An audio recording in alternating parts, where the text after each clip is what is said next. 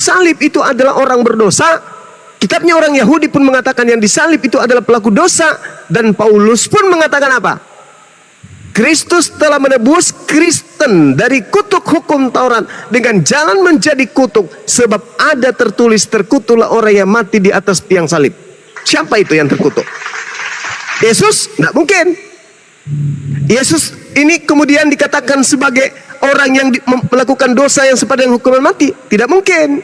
Apa dosa Yesus? Tak ada. Apa dosa Yesus sehingga Tuhan mengutuk dirinya? Tak ada. Sehingga Tuhan mengatakan kemudian, coba Anda lihat di dalam kitab Keluaran 23 nomor 7 nomor 8, bahwasanya jangan kau membunuh orang yang tidak bersalah, jangan kau bunuh orang yang benar, sebab aku Tuhan tidak akan membenarkan orang yang bersalah. Tuh, aku Tuhan tidak akan membenarkan orang yang bersalah. Lalu kemudian ketika dikatakan pemikiran Allah, coba kita lihat di dalam Amsal 21 nomor 18. Apa yang tertulis di sana? Orang fasik menjadi tebusan bagi orang yang benar. Pengkhianat sebagai ganti orang yang jujur. Pertanyaan saya, siapa yang fasik? Di dalam Amsal 23 nomor 17, orang fasik adalah orang yang menerima suap. Pengkhianat sebagai ganti orang yang jujur. Siapa yang mengkhianat? Antara Yesus dan Yudas. Lalu kemudian ketika Anda mengatakan bahwa masa Maria tidak mengenal, saudara, apakah Anda paham bahwa Al-Quran mengatakan orang yang disalib itu diserupakan? Berarti wajahnya sama. Pembuktian akuratnya kemudian ada di dalam kitab saudara. Di Markus 14 nomor 50, semua murid lari meninggalkan Yesus. Tidak ada yang kemudian melihat Yesus ditangkap. Lalu kemudian Maria ke kuburan. Maria tidak mengenal Yesus. Nah, lalu PR untuk Kristen sedunia adalah Markus 16 nomor 12. Yesus menampakkan dirinya dengan wajah yang lain kepada kedua murid tersebut. Pertanyaan saya, dari mana penulis Markus tahu kalau itu adalah Yesus dalam rupa yang lain? Tanya boleh Bang Suma. Iya. Silakan host. Iya, silakan. Agamanya apa Bang? Bang Yusi, selamat malam dulu. Tanya sebentar ya. Ya, agamanya apa dulu Bang Yusi? Kristen. Oh ya, silakan. Nah, keren tadi Bang Suma jelasin bahwa gue kan awam tuh Bang Suma, sorry ya, nanti koreksi kalau salah. Langsung. Bang Suma bilang tadi kan Maria tidak mengenal Yesus. Iya. Kenapa di Quran ada surah Al-Maryam yang membicarakan tentang kelahiran Isa Al-Masih? Maria itu entah Maria yang lain, judulnya di Quran ada kitab surah Al-Maryam. Luar biasa banget Al-Quran. Surah Maryam. Surah Maryam. Kenapa bukan surah ibunya Muhammad? Kenapa surah ibunya Isa? Itu aja Bang Suma. Oke. Baik Bang. Jadi kenapa kemudian Allah menjelaskan tentang Nabi Isa alaihissalam include dengan keluarganya? Karena Islam datang sebagai penyelamat.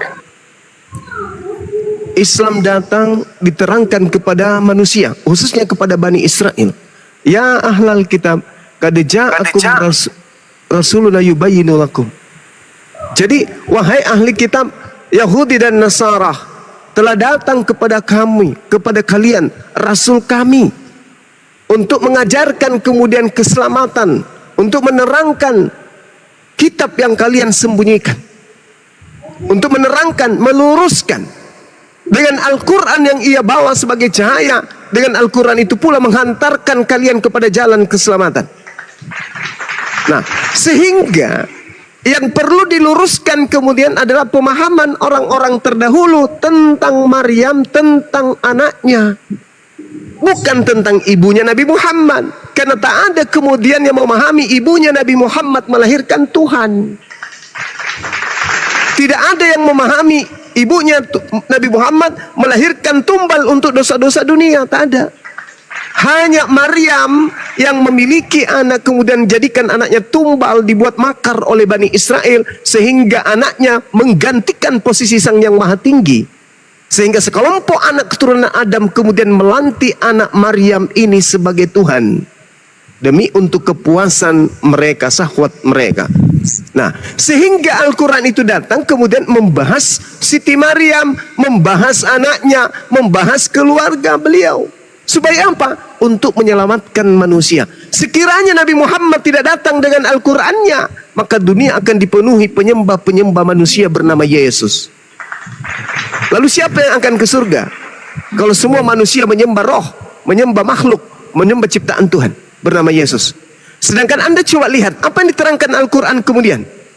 Ketika diterangkan bahwa di dalam Matius 7 nomor 22, nomor 23, ternyata ada sekelompok manusia yang diusir oleh Yesus disebabkan karena mereka menyembah Yesus, maka Al-Quran mengurai jauh sebelumnya.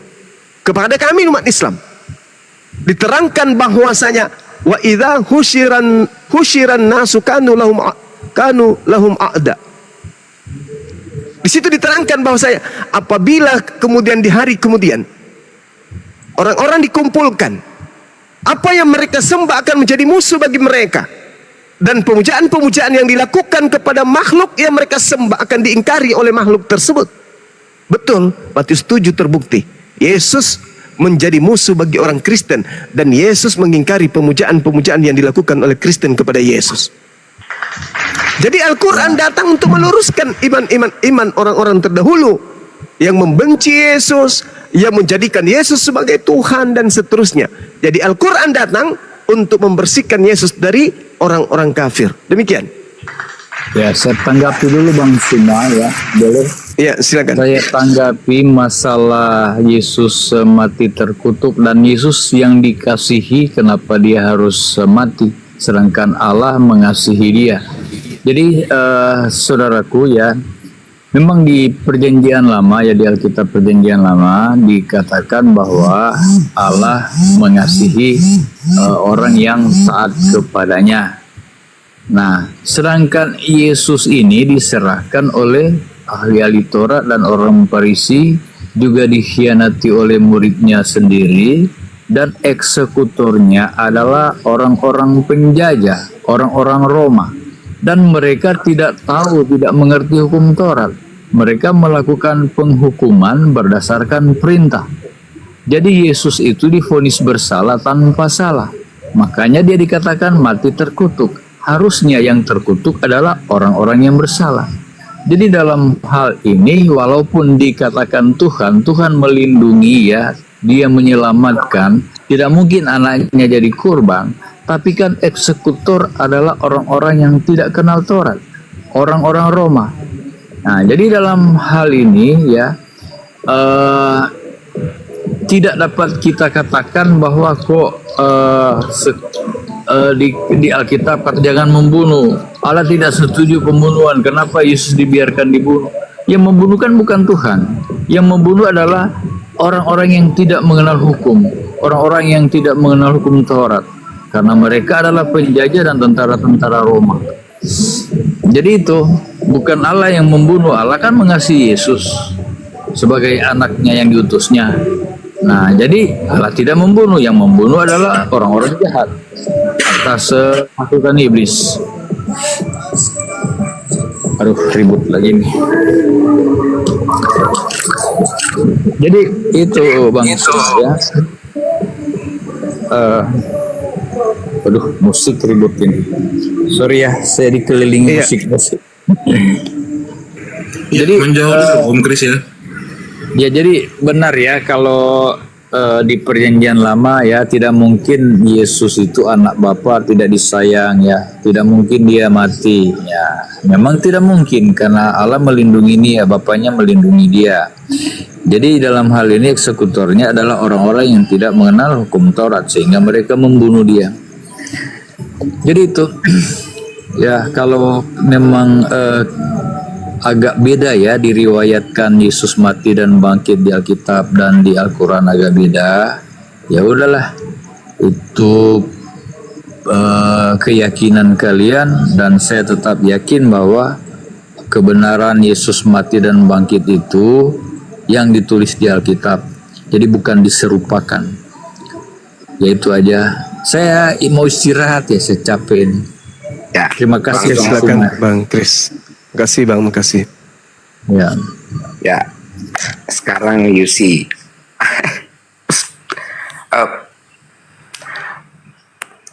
Bang Suma, Gimana Bang? Siap. kalau saya kan itu orang awam itu nggak ada kayak orang paham lah teks-teks tuh. Saya tuh maksudnya cuman penilaian orang awam saya begini. Mungkin saya salah ya, Bang Suma nanti jelasin. Yang saya maksud tadi, Quran wahyu dari Sang Pencipta itu ada surah itu ibunya Yesus gitu loh. Ada surah ibunya Yesus. Sementara nggak ada surah ibunya Muhammad. Kan Muhammad istilahnya Rasul Allah, semestinya kan ada surah misalnya ibunya Muhammad, itu pertama. Yang tadi, yang kedua gini, nanti Bang Suma jelasin. Nah, saya kan itu agak kurang mengerti. Ada yang saya dengar kan bahwa Isa itu terkemuka di dunia dan di akhirat, dan akan menjadi hakim yang adil di akhir zaman. Hakim yang adil di akhir zaman. Pertanyaannya, kenapa yang terkemuka di dunia bukan Muhammad dan akan menjadi hakim yang adil bukan Muhammad? Kenapa harus anaknya Maryam? Gitu, silakan Bang Suma. Iya. Ketika kemudian dalam Al-Quran dikatakan bahwa Nabi Isa ini terkemuka di dunia dan juga terkemuka di akhirat, Allah Subhanahu wa Ta'ala kemudian menerangkan itu di dalam Al-Quran surah Ali Imran ayat 45. Kenapa Nabi Isa itu terkemuka di dunia? Karena dia satu-satunya kemudian Nabi yang dilantik untuk dituhankan separuh dari penduduk bumi. Dan kenapa dia terkemuka di akhirat? Karena dia satu-satunya Nabi yang akan disidang oleh pencipta langit dan bumi di hadapan seluruh umat manusia. Nah, yang perlu saudara pahami adalah kenapa Nabi Muhammad SAW itu ketika datang diutus sebagai Nabi lebih banyak kemudian membahas tentang nabi-nabi terdahulu daripada dirinya sendiri, bahkan keluarganya sendiri. Karena Nabi Muhammad itu adalah utusan Allah, bukan utusan iblis. Kalau utusan iblis maka dia akan mengedepankan kemudian dirinya, keluarganya, mengutamakan segala-galanya untuk dirinya. Akan tetapi itu tidak terjadi. Beliau datang ke atas muka bumi ini untuk meluruskan ajaran Nabi yang sudah dibengkokkan kemudian oleh manusia. Karena kedatangannya adalah untuk menyelamatkan. Itulah salah satu bukti bahwa Al-Quran itu bukan karangan beliau. Kalau Al-Quran itu karangan beliau, maka boleh jadi yang diunggulkan adalah keluarganya, ayahnya, ibunya, nasabnya, keturunannya, keluarganya, bangsanya. Tapi kan tidak, disebabkan karena dia diutus untuk litubayyina linnasi, untuk seluruh umat manusia. Maka apa yang membahayakan bagi kehidupan akhirat manusia, itu yang diluruskan. Apa yang kemudian menjerumuskan manusia sampai ke dalam neraka, itu yang dihilangkan. Tak ada sangkut paut yang kemudian manusia dengan ibunya. Ngapain ibunya dibahas di dalam Al-Quran?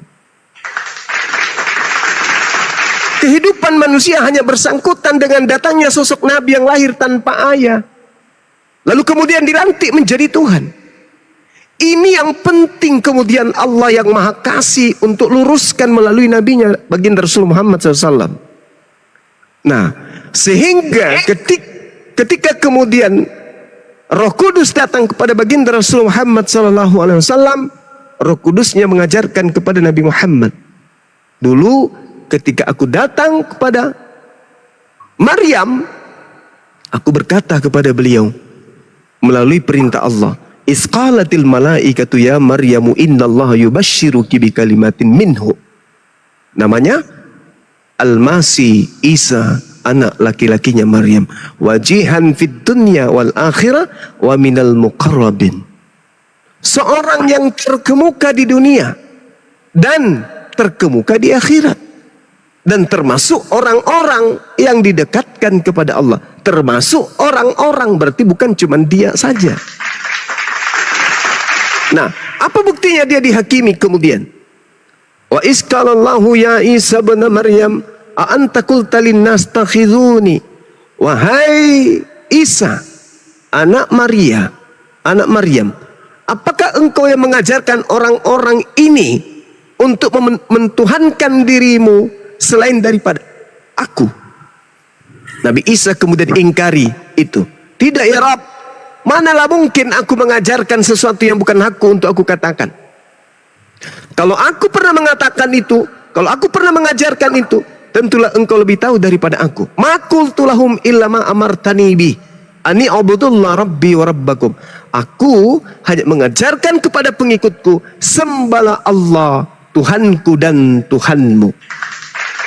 Makanya orang-orang yang menuhankan dirinya akan diusir. Baca Matius 7 nomor 22-23. Itu jelas itu. Itu jelas. Makanya seruan Allah, wahai ahli kitab, jangan engkau berlebih-lebihan di dalam urusan agamamu. Sesungguhnya Isa itu hanyalah manusia, bukan Tuhan. Laqad kafaral ladina qalu, maka kafirlah orang-orang yang berkata Isa Allah itu adalah salah satu dari 3 Tuhan yang sembah oleh orang-orang terdahulu.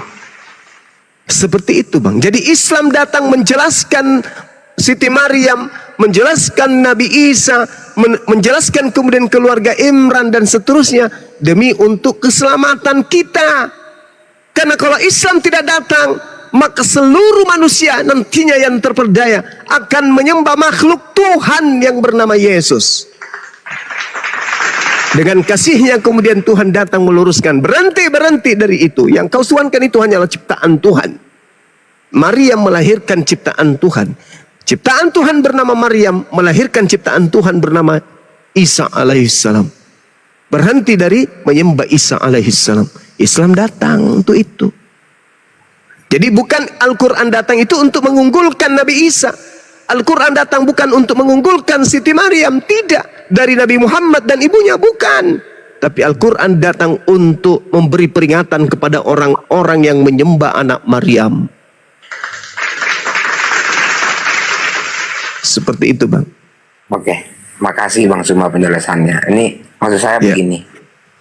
Kalau saya kan awam, kalau mau mendalami kan nggak seperti orang-orang. Maksud saya pandangan orang awam kan, kalau kayak saya lihat misalnya Alkitab atau Al-Quran atau apa aja, saya itu terpesona dengan Quran ketika situ ada surat Al-Maryam yang Isa Al-Masih yang dibilang situ. Kalau Bang Suma kan tadi jelaskan yang orang awam tidak baca di Quran.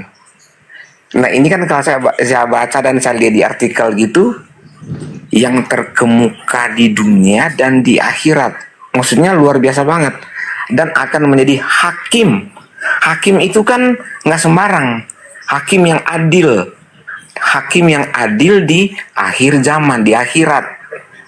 Nah sebagai orang awam kan saya berpendapat, kenapa ya bukan surahnya bukan Ibu Muhammad dan akan menjadi hakim yang adil itu, kenapa bukan Nabi Muhammad? Kenapa harus Isa yang terkemuka? Jadi kan logika saya maksudnya gitu kan, logika saya gitu, yang ya belum tentu benar juga. Mungkin Bang Suma lebih paham yang tadi jelaskan itu. Cuman itu kalau Bang Suma jelaskan tadi ke saya itu agak kurang masuk gitu loh. Karena kan yang tertulis di Quran, yang artikel itu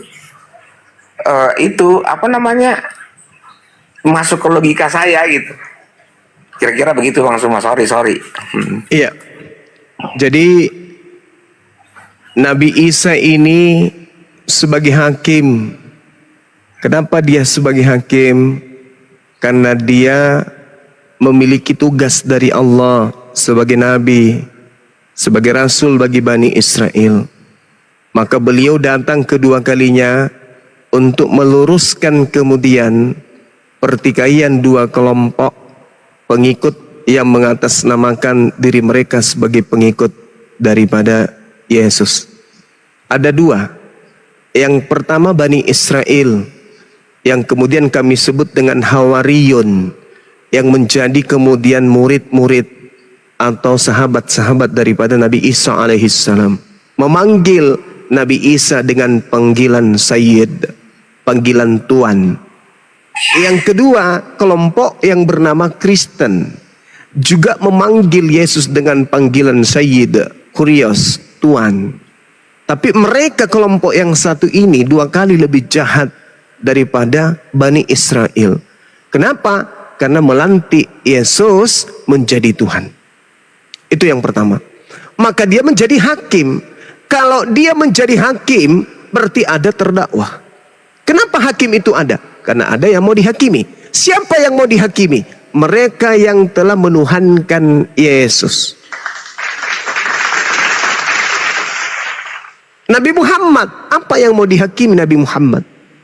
Adakah yang kemudian umatnya menyelewengkan dirinya? Tidak ada.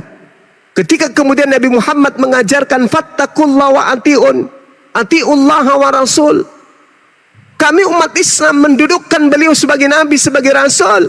Rasulullah wa khataman nabiyyin. Kami mendudukkan itu. Apa yang mau dihakimi? Sementara ajarannya tamat semuanya. Udah disampaikan semuanya. Al-yawma akmaltu lakum. Pada hari ini telah kusempurnakan nikmatku untukmu. Dan aku ridha Islam sebagai agamamu. Apalagi?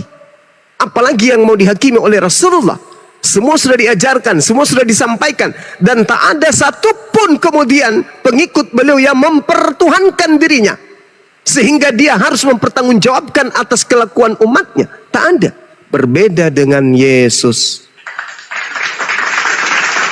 Nah, tolak ukur penghakiman. Coba Anda lihat di dalam Yohanes 12 nomor 48. Barang siapa yang menolak aku, tidak menerima firmanku, dia sudah ada hakimnya, yaitu perkataan yang telah aku sampaikan kepada mereka. Perkataan itulah, firman itulah yang telah aku sampaikan kepada mereka, itulah yang akan menjadi hakimnya di akhir zaman. Kalau di Al-Quran apa yang diterangkan kemudian tentang kedatangan Nabi Isa alaihissalam? Di dalam Al-Quran surah An-Nisa ayat 159.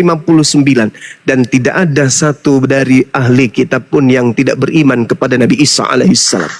Wa in min ahlil kitab illa la yu'minanna bihi qablal mauti wa yawmal qiyamati yakunu alaihim syahida. Nabi Isa pada hari kiamat akan menjadi saksi bagi mereka. Dia akan menjadi saksi. Nabi Isa ini menjadi saksi antara yang menuhankan dirinya dan yang mengajarkan kepada keturunannya atau kepada bangsa lain atau kepada umat lain bahwa dirinya hanyalah rasul, utusan. Dia akan menjadi saksi. Wa yaumal qiyamah yakunu alaihim syahida. Jadi dia pada hari kiamat nanti bukan menjadi hakim, tetapi menjadi saksi. Dia menjadi hakim nanti pada akhir zaman kedatangannya yang kedua, bukan pada saat hari kebangkitan. Pada hari kebangkitan justru dia yang akan dihakimi di hadapan umat Kristen. Wahai Nabi Isa, apakah engkau yang mengajarkan orang-orang Kristen ini menuhankan dirimu selain daripada aku? Qala subhanaka ma yakunu li an aqula ma laysa li bihaqq. Orang Kristen akan berdalih, oh kami tidak bisa baca Quran. Yesus akan berkata, bukankah di dalam Bibelmu ada? Matius 12 nomor 49. Aku tidak berkata-kata dari diriku sendiri. Apa yang aku katakan adalah apa yang diperintahkan untuk aku katakan, aku sampaikan. Tak ada alasan orang Kristen berdalih. Ketika kemudian Al-Quran mengatakan wa idza husyiran nasu kanu lahum a'da. Pada hari kiamat nanti orang dikumpulkan, apa yang mereka sembah akan menjadi musuh bagi mereka. Dan apa yang menjadi pemujaan-pemujaan mereka terhadapnya akan diingkari oleh mereka. Lalu kemudian Allah menghakimi orang Kristen. Wahai saudara Kristen, wahai hambaku Kristen, ciptaanku, Bukankah di dalam Al-Quran sudah disampaikan oleh umat Islam bahwa kelak nanti di hari kiamat kamu akan dimusuhi oleh apa yang kamu sembah. Yesus memusuhimu kan? Dan pemujaan-pemujaanmu yang kamu lakukan kepada Yesus akan ditolak. Apa kata orang Kristen? Loh, kami tidak beriman kepada Quran. Tetapi Tuhan akan mengatakan, bukankah dalam kitabmu berbunyi, pada hari terakhir nanti banyak orang memanggil aku Tuhan, Tuhan, bukankah kami bernubuat mengusir setan, bermukjizat pakai namamu, wahai Tuhanku Yesus. Pada hari itulah Yesus akan berterus terang, aku Yesus berterus terang kepada mereka, enyahlah daripadaku, kalian semua adalah pembuat kejahatan, aku tidak mengenal kalian. Kamu nggak baca itu Bible yang kau tenteng setiap hari? Mau kemana Kristen hendak mencari pembelaan? Al-Quran menghantamnya, Yesus dalam Bible juga menghantamnya. Kristen mau kemana? Tak ada jalan, Bung. Jadi kedatangan daripada baginda Rasul Muhammad SAW menjelaskan, wahai Kristen, Nabi Isa akan turun di akhir zaman untuk menghakimi kalian.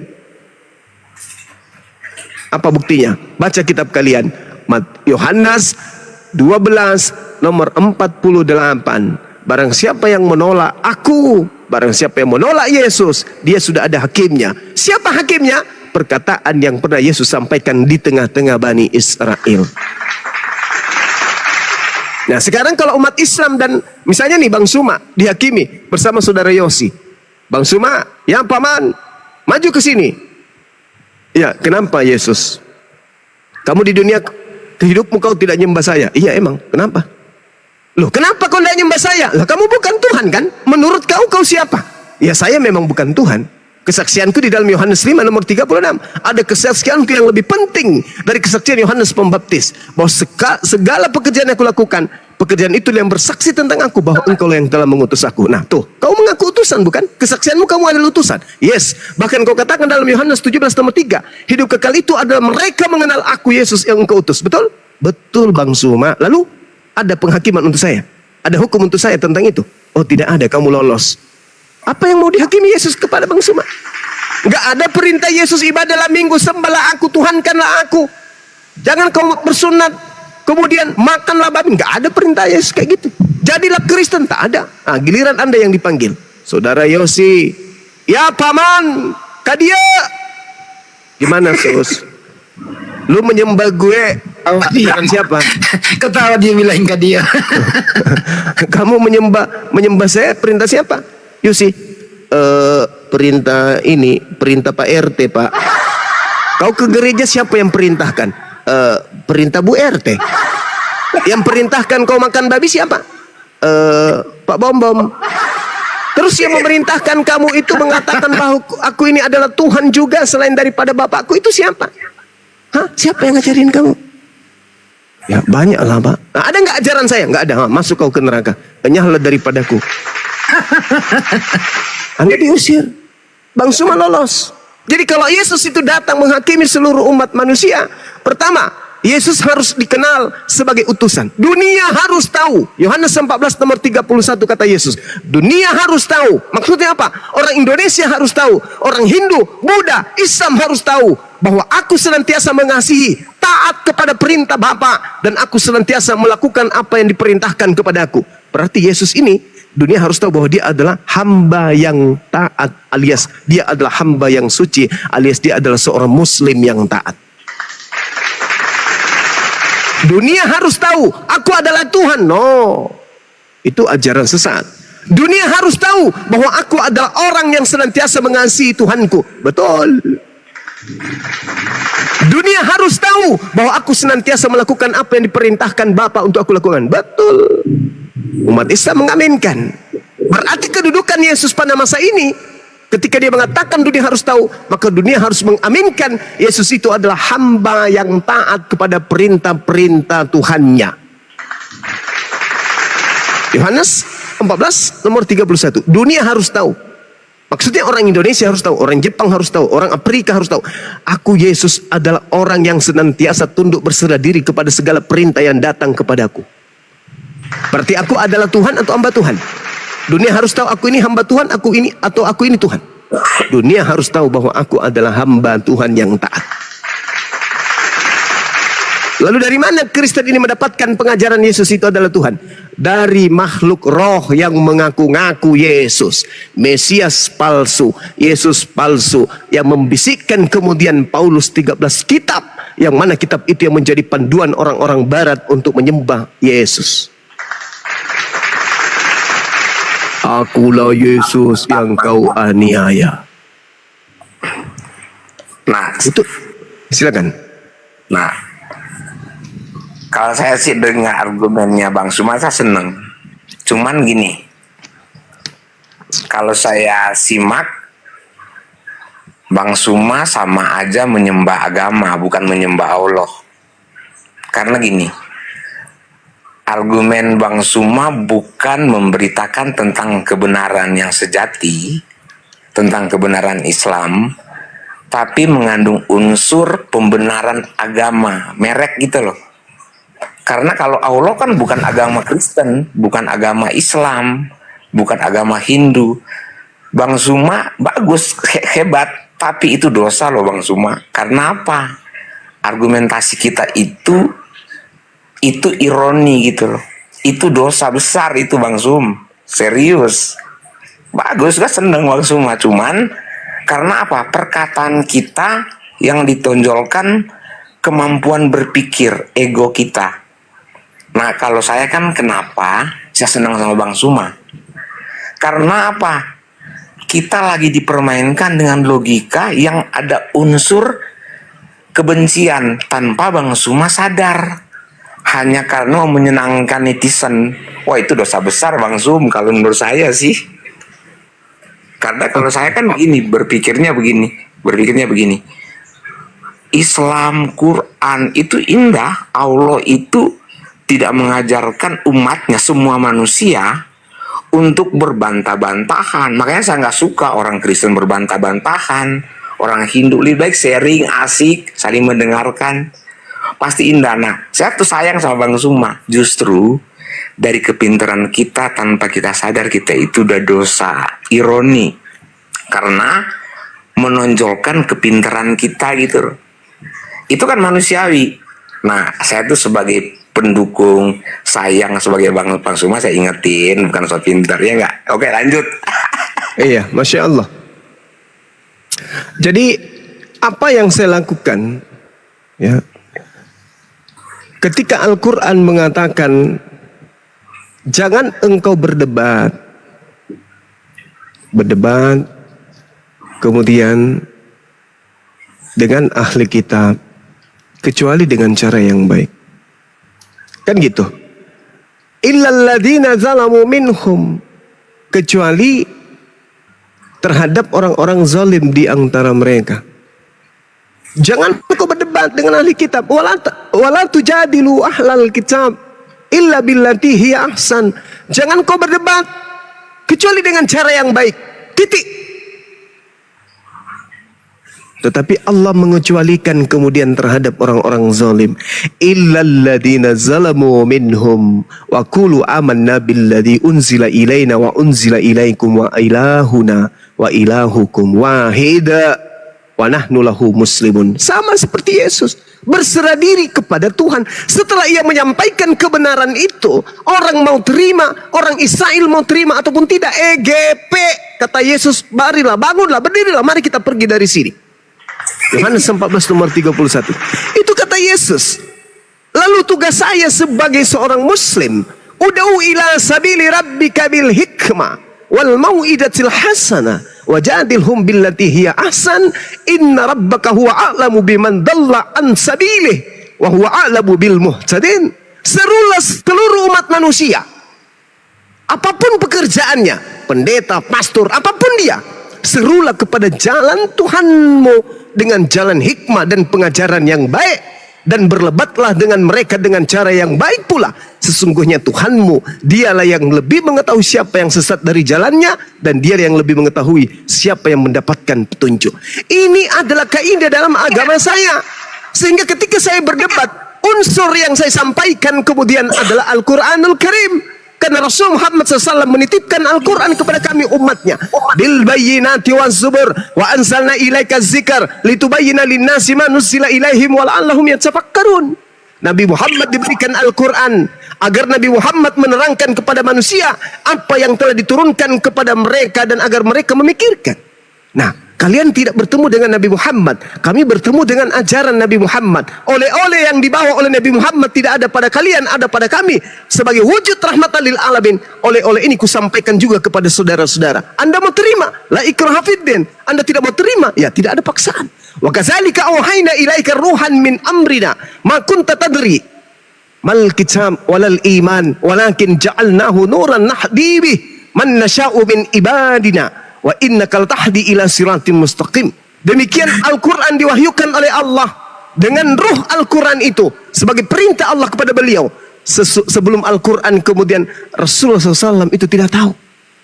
Dia tidak mengerti apa itu Al-Quran sebelumnya. Dia tidak mengerti apa itu iman sebelumnya. Tetapi demi Al-Quran dijadikan oleh Allah kemudian Nabi Muhammad SAW mendapatkan cahaya. Dan dengan Al-Quran ini Rasulullah memberi petunjuk kepada siapa yang dikehendaki oleh Allah. Dan sungguh engkau wahai Nabi Muhammad, kata Allah, wa innaka latahdi ila siratim mustaqim, membimbing seluruh manusia kepada jalan yang lurus. Oleh-oleh ini disampaikan oleh Al-Quran kepada saya. Nah, sebagai muslim yang mengajarkan ajaran rahmatan lil alamin, aku sampaikan kepada saudara, huwallazi ba'atsa fil ummiyina rasulan minhum yatlu alaihim ayati wa yuzakkihim wa yuallimuhumul kitaba wal hikmah wa in kanu min qablu lafi dhalalin mubin. Dia Allah mengutus seorang rasul yang ummi dari kalangan mereka sendiri, yang membacakan ayat-ayat suci Al-Quran, mensucikan jiwa mereka dan mengajarkan mereka kitab dan hikmah sunnah, meskipun sebelumnya mereka benar-benar dalam kesesatan yang nyata. Masa kebenaran seperti ini saya harus sembunyikan dari Anda? Saya mengaku seorang muslim, penganut ajaran rahmatan lil alamin, melihat saudara saya sesat, masa hadiah yang terindah dari langit saya tidak sampaikan kepada saudara? Jangan Anda mengatakan saya berdosa. Enggak, saya menyampaikan rahmatan lil alamin. Rahmat Islam itu bukan hanya untuk bangsa dan Islam, tetapi untuk seluruh umat manusia. Wa qulil haqqu min rabbikum. Kebenaran sudah ditumpahkan oleh Tuhan saya ke atas muka bumi ini. Siapa yang mau beriman silakan, yang tidak mau beriman silakan. Tetapi apakah mungkin Anda mau beriman kepada Al-Quran tanpa penyampaian kami dari umat Islam ini? Oleh karena itulah apologet Islam ini dibentuk untuk menyampaikan kebenaran itu kepada kalian. Kami tidak egois, kami enggak rakus. Kebenaran Islam kami nikmati sendiri, melainkan kami sampaikan juga kepada kalian. Itu yang terjadi. Jadi jangan Anda katakan penyesat. Karena Yesus sendiri di dalam Bible saudara mengatakan apabila ia datang, dia akan memuliakan aku. Yohanes 16 nomor 14. Tolong tunjukkan di agama Kristen yang mana item-item memuliakan Yesus itu. Satu, apa itu? Di dalam agama Kristen memuliakan Yesus. Apa? Apa? Yang bisa saya lihat secara pribadi kepada orang Kristen memuliakan Yesus itu yang mana? Tunjukkan kepada saya. Ada? Ke gereja menyembah Yesus, apakah itu memuliakan atau menghinakan? Seorang wakil gubernur Anda panggil, wahai Pak Gubernur, apakah itu memuliakan atau menghinakan? Seorang utusan Tuhan Anda panggil Tuhan, apakah itu memuliakan atau menghinakan? Wakil Pak Prabowo Anda panggil presiden, wahai Pak Presiden, dia akan tersinggung, dia akan marah dalam hatinya, sebab Anda sedang mempermalukan beliau depan umum. Dia hanya seorang wakil presiden, Anda panggil sebagai seorang presiden, itu adalah memalukan bagi seorang wakil presiden. Begitu juga Yesus yang hanya utusan Tuhan Anda panggil Tuhan, itu bukan memuliakan, itu menghinakan. Coba Anda baca Matius 7 nomor 15 sampai nomor 23. Apa kata Yesus? Tidak setiap orang yang memanggil aku Tuhan, Tuhan akan masuk ke dalam surga, melainkan dia yang melakukan kehendak siapa? Kehendak siapa? Kehendak Big Boss, yaitu Tuhan pencipta langit dan bumi. Nah, sedangkan Kristen ada nggak di ajaran Kristen itu memuliakan Yesus? Satu item aja kalau ada. Silakan. Ya. Jadi keren. Kan udah dibilang Bang Suma, kalau saya kan tuh awam. Cuman maksudnya begini, maksudnya kalau saya itu apa yang dibilang Suma kan itu saya nggak bantah, benar. Tapi seandainya Bang Zuma lahir di Manado, tempat saya, pasti Bang Zuma itu Kristen. Kalau saya lahir di Aceh, pasti saya Islam. Cuman bagaimana kita memahami Sang Pencipta, itu yang disebut kalau saya pribadi ya, itu hidayah hati yang lembut. Gitu. Ketika kita menyampaikan rahmatan lil alamin, kalau orang lain merasa itu tidak enak didengar, timbul rasa kebencian, rasa seolah-olah saling menghujat, itu mah bagi gue itu mau Kristen, mau Islam, mau Hindu, itu bukan rahmatan lil alamin. Itu mah merusak hati orang yang baik. Jadi Bang Zuma bilang itu benar, nggak salah. Cuman di situ kalau menurut hati saya ya, mendengar ya, dari intonasi kalimat itu Bang Zuma luar biasa mah, pintar. Cuman itu jangan kita lupa yang Bang Zuma bilang tadi, itu betul, kita itu kan mensiarkan. Tapi kan kita lahir abad ini, dimana kalau kayak gue nih, gue lahir orang tua udah ngajarin gitu, Bang Zuma lahir udah diajarin begitu. Nah, kalau kita itu saling menghujat atau gak memaksakan sesuatu, akhirnya kita itu menyakiti orang lain. Begitu juga dengan orang-orang Kristen yang terlalu dalam itu, saya tuh kurang terima, karena itu bukan kasih namanya. Kasih itu kuping surganya, mendengar enak gitu. Nah, kalau saya kan karena paham hati, bermain hati, Bang Zuma mau marah-marah, mau maki, saya tuh seneng karena Sang Pencipta itu memberikan software yang baik bagi Bang Zuma gitu loh. Cuman mungkin kita kan manusia, harus ada hal-hal yang kita mungkin proses waktu kita merubah atau apa ya, kira-kira begitu sih, bukan menggurui Bang, brother. Oke, baik. Ya, Oke, baik. Oke, Saudara Yosi, ada ungkapan saudara itu yang paling menarik buat saya. Andai Bang Zuma di Manado, andai Bang Zuma di Danau Toba, di Karo sana, atau andai Bang Zuma itu di Toraja dilahirkan, maka Bang Zuma akan menjadi seorang Kristen. Yes, kemungkinan besar ya. Tetapi akan muncul Bang Zuma lain kan, yang berasal dari Islam. Itu udah pasti tuh. Karena kenapa? Antara kebaikan dan keburukan itu berjalan seimbang. Kejahatan dan kebaikan itu, antara hak dan batil itu akan berjalan seiring sejalan. Ketika Bang Zuma lahir dalam keadaan Kristen, mungkin Anda Muslim, maka yang punya kewajiban menyelamatkan saya Anda. Anda yang punya kewajiban menyelamatkan saya. Nah, kebetulan saya di Muslim, Anda di Kristen, maka yang punya tugas untuk menyelamatkan Anda adalah saya sebagai Muslim. Sekarang Anda punya keselamatan di Kristen, oke, silakan Anda selamatkan saya menurut versi agama Kristen. Ajarkan kepada saya bagaimana caranya selamat di dalam ajaran Kristen. Sampai hari ini saya belum pernah menemukan untuk menjadi selamat jadikan Yesus itu Tuhan. Tak ada. Nah, sekarang Al-Quran saya mengajarkan saya, posisi saya sebagai Muslim, saya harus mengajarkan, menyampaikan ud'u ila sabili rabbika bil hikmah, yang tadi itu. Wa idza qila lahum ittabi'u ma anzalallah qalu bal nattabi'u ma alfaina alaihi aba'ana awalau kana aba'uhum la ya'qiluna syai'a wa la yahtadun. Jadi tak ada alasan Anda berdiam diri ketika kemudian Anda Al-Quran, sampai Al-Quran pada Anda mendiamkan saya, yang kemudian Anda katakan saya terlahir di tengah-tengah Manado. Al-Quran mengatakan, apabila dikatakan kepada mereka orang-orang kafir, ikutilah apa yang telah diturunkan oleh Allah, mereka akan menjawab, tidak, kami mengikuti apa yang kami dapati pada nenek moyang kami melakukannya. Padahal nenek moyang mereka itu tidak mengetahui apapun dan tidak mendapatkan petunjuk. Coba Anda tanya diri Anda. Ketika saya menjadi Kristen, Anda tanya kepada saya, wahai Bang Zuma, ya paman, kenapa Anda ke gereja? Saya tidak bisa menjawab, karena Tuhan saya mengajarkan. Nggak bisa saya menjawab kayak gitu. Kenapa nggak bisa? Karena tidak ada di dalam Bible. Perintah ke gereja nggak ada. Maka satu-satunya jalan yang betul adalah Al-Quran. Al-Baqarah ayat 170. Apa kata Al-Quran? Yang sekiranya Anda Muslim dan Anda memahami tentang ilmu Islam yang harus disampaikan kepada seluruh umat manusia. Apa kata Al-Quran? Ini yang saya bacakan tadi. Apabila engkau kemudian menyampaikan kepada Bang Zuma, ikutilah apa yang diturunkan oleh Allah wahai Bang Zuma, maka Bang Zuma akan berkata, tidak, aku mengikuti apa yang kami dapati dari nenek moyang kami, yaitu pergi ke gereja menyembah manusia Yahudi bernama Yesus.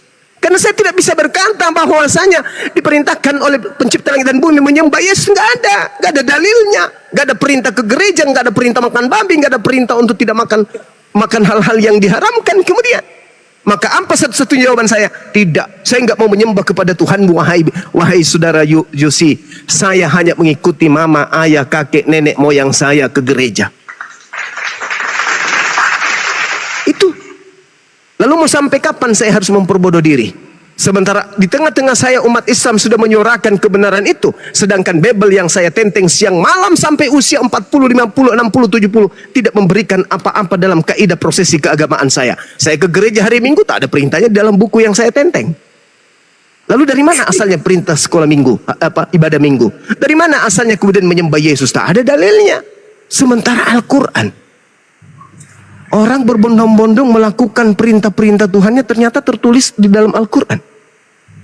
Lalu kemana hendak akal saya ini pergi ketika kitab yang saya anggap suci bertentangan dengan logika saya? Saya menyembah sosok manusia yang datang di tengah-tengah Yahudi yang mati dibunuh oleh orang Romawi. Kemana keseimbangan akal saya? Hidup di zaman modern, serba digital, masih menyembah manusia dari Yahudi yang mati dibunuh oleh Romawi. Otak saya mau kemana? Sementara kiri kanan saya Islam, ke depan Islam, ke belakang Islam, di mana-mana masjid menyuarakan Allahu Akbar, Allahu Akbar, Allahu Akbar, Allahu Akbar. Saya baca internet, apa arti Allahu Akbar?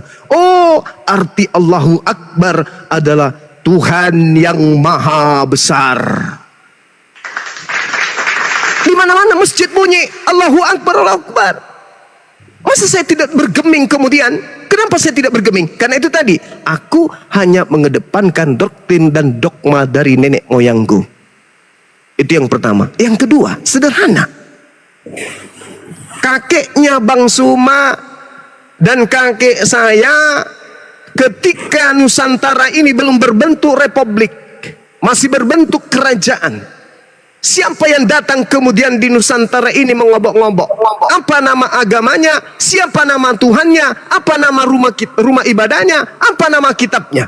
Kemana kakek saya pada masa itu? Kemana kakeknya Bang Suma pada saat itu? Dan andai saya hidup pada zaman itu, segerejakah saya? Serumah ibadahkah saya? Satu kitabkah saya dengan penjajah? Atau jangan-jangan saya akan berdiri sebagai pembela Nusantara? Atau jangan-jangan saya tampil sebagai pahlawan? Ketika saya tampil sebagai pahlawan, tidak mungkin saya satu rumah ibadah dengan penjajah. Pertanyaannya, kemana kakek nenek saya pada masa penjajahan? Apakah mereka satu tempat ibadah dengan penjajah? Notabene penjajah beragama Kristen, beragama Katolik. Nama tempat ibadahnya gereja, nama Tuhannya Yesus, nama kitabnya Bible. Kakek saya dan nenek saya pada masa itu di mana beribadah? Penjajah beribadah. Kakek nenek saya sudah tentu bertuhan. Di mana nenek saya, kakek saya pada saat penjajahan? Ketika agama Kristen di Indonesia dan oknum-oknumnya hari ini yang menyuarakan toleransi, yang menyuarakan di gereja-gereja agama Kristen itu kasih, andai saja mereka hidup sesama dengan penjajah, apakah dia punya malu untuk meneriakkan kemudian Kristen adalah agama kasih, Kristen memusuhi musuh, menyayangi musuh, kasihilah musuhmu, bla bla bla. Dan Kristen akan teriak, Islam adalah agama toleransi, Islam agama teroris. Apakah itu bisa terjadi? Andai saja oknum-oknum yang teriak ini sesama dengan penjajah. Sedangkan kiri kanan yang menjadikan kuburan 40 jiwa adalah mereka yang teriak haleluya. Yang menyerang pondok pesantren, yang membunuh para kiai, yang membunuh para santri, yang membakar masjid adalah mereka yang teriak haleluya. Yang mereka menenteng kemudian kitab yang bernama Bible, rumah ibadahnya gereja. Habis ibadah mereka menembaki penduduk pribumi ini. Apakah masih ada pendeta yang mengajarkan kemudian estetenias seperti itu, menggaungkan bahwa umat Islam itu seperti ini kejamnya? Apakah bisa? Tidak bisa. Karena umat Islam kemudian bersatu dengan orang di luar Islam memperjuangkan kemerdekaan ini, barulah negara ini aman merdeka. Habis itu orang yang mengatakan bahwa Islam itu intoleransi, Islam itu teroris, kemana pada masa penjajahan? Kemana kakek nenek mereka? Kenapa mereka seagama dengan penjajah? Apa yang salah? Seperti itu paman. Jadi kalau kita berbicara, kenapa Bang Suma begini, struktur akal mengajarkan itu. Ingat, pencipta langit dan bumi itu maha tahu. Sehingga dia mengutus manusia dengan chip yang dalam otak kita, dalam kepala kita ini berupa akal, dititipkan oleh pencipta kita untuk membedakan kita dengan hewan. Lalu Tuhan mengutus para nabi membawa kitab suci sebagai panduan. Akal dan kitab suci harus terkoneksi. Tidak boleh kemudian koslet antara akal dengan kitab suci. Apabila ada agama kitab sucinya koslet, tidak berkesinambungan dengan kemampuan akal, maka agama itu bermasalah. Kalau agama bermasalah, itu sudah pasti bukan berasal dari yang maha tahu. Kalau dia dari manusia biasa, tentu banyak kontradiksi dan kontroversi yang ada di dalamnya. Subhanallah. Al-Quran tidak pernah kemudian kontradiksi dengan akal, tidak pernah kontradiksi dengan zaman, tidak pernah tertinggal oleh kehidupan manusia secanggih apapun zaman itu. Itulah kami umat Islam. Demikian. Thank you. Ini terakhir nih. Silakan. Saya tuh paham. Saya diulang-ulang Bang Suma itu penjelasannya itu sangat menguasai. Tapi begini maksudnya, itulah akibat mau siapapun itu orangnya. Ketika orang itu menyembah agama bukan sang ilahi, itu akan ada unsur keegoan dan kebencian.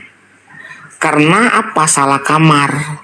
Tapi ketika umat Islam, Kristen, Hindu, Buddha menyembah sang ilahi, itu tidak akan terkotak-kotak.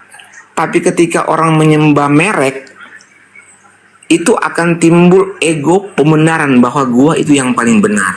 Lu salah, lu harus. Saya udah ulang-ulang. Koreksi ya. Kan sang pencipta itu tidak punya KTP. Nggak punya KTP Kristen, Hindu, Buddha. Masa sih nanti di akhirat dia mau pisah-pisah, lu nggak boleh, lo Kristen, lu nggak boleh, lo Islam, lu nggak boleh Hindu. Aneh kan sang pencipta begitu. Maksud aku gini, sebenarnya agama itu yang udah ada sekarang, ketika orang itu mempelajari itu secara pribadi, hubungan imannya dengan ilahi itu pasti indah. Tapi ketika iman itu hanya dikelola dengan logika, membela merek, membela agama, itu pasti akan tersesat. Contoh begini, begitu banyak teman-teman saya dulu, saya kan di lingkungan muslim semua. Ketika mereka dalamin Quran, mereka jadi membenci saya. Dulu kita asik-asik banget, Bang Sum. Teman-teman saya, ketua DKM, sekretaris, itu CS-an saya semua. Tapi ketika ada 1-2 orang yang mendalami agama, kenapa jadi error begini ya? Hati nurani saya. Tapi saya cuma diam. Malah saya pribadi, saya selalu berdoa, ya Allah mudah-mudahan dia itu berubah. Karena mungkin dia dapat guru yang salah. Karena mungkin dia itu yang seperti Bang Suma bilang tadi. Karena kan begini, seperti Bang Suma kalau misalnya ngomong kayak tadi nih, itu indikasi itu jadi kayak semacam model bukan orang damai mendengarnya, tapi memprovokasi umat Islam untuk membenci agama lain. Kalau menurut saya ya, itu dibenci sama Allah. Jangan salah Bang Suma. Memang betul orang mendengar. Kalau orang nggak mengerti, pasti dia seneng karena membela agama. Tapi esensinya kita sedang berbuat dosa karena kita didengar banyak orang. Nih Bang Sum, yang menilai itu orang lain yang paham dengan hati ya, bukan benci. Ketika Bang Suma berargumentasi, orang-orang yang punya hati nurani yang baik, mau dia Islam kayak Kristen atau apa, pasti sebagian tidak terima. Tapi kalau orang tidak mengerti, oh ya seneng. Itu masukan saya ke Bang Suma. Andaikan nih, Bang Suma kan luar biasa lah, namanya saya juga baru kenal. Cuman sepintas-sepintas saya lihat atau apa, saya suka. Tapi gini, saya menasehati dikit. Coba lebih ke arah keislaman yang universal. Kalau Bang Suma terjun begitu terus, itu nanti apa?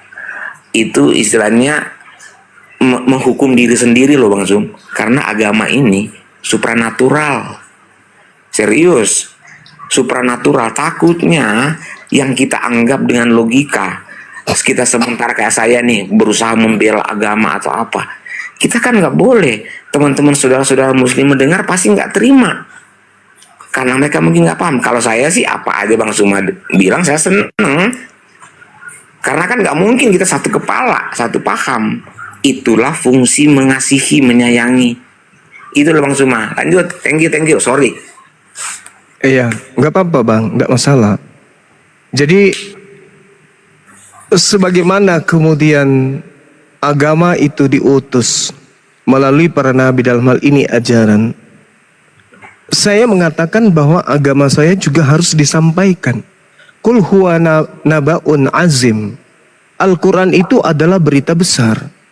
Maka Al-Quran ini saya harus sampaikan. Karena ini perintah. Karena ini berita besar, bukan hanya diberitakan di masjid, di kajian-kajian internal Islam. Al-Quran saatnya disampaikan kepada kaum kafir.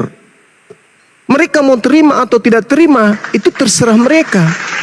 Qul huwa nabaun azim. Al-Quran itu adalah berita besar. Antum anhu mu'ridun.